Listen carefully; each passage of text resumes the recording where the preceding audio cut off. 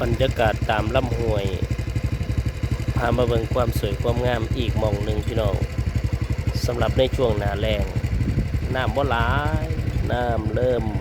แห้งลงเรื่อยๆในช่วงหน้าแล้งควายหาเละหาแหละเล่มกินหญ้าอยู่ตอมลำห้วยพี่น้องเอ้ยธรรมชาติเด้อไม่เบิ่งคือเก่าเหมือนเดิม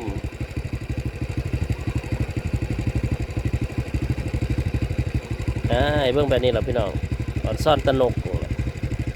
เล็กน้อยมันก็จะบินขึ้นมาอยู่น้ำควายพี่ล่ะขึ้นมาเฮ็ดหยังวะติมันมาหาจอบแต่กินพวกตั๊กแตนแน่พวกเขียดน้อยแน่เวลาควายย่างกินหญ้าไปพวกสัตว์เล็กๆน้อยๆมันจะเต้นนกก็จะกินนำผ้าเอาแบบนี้ให้เบิ่งกับบรรยากาศธรรมชาติที่สวยๆงามๆเด้อพี่น้องเด้อ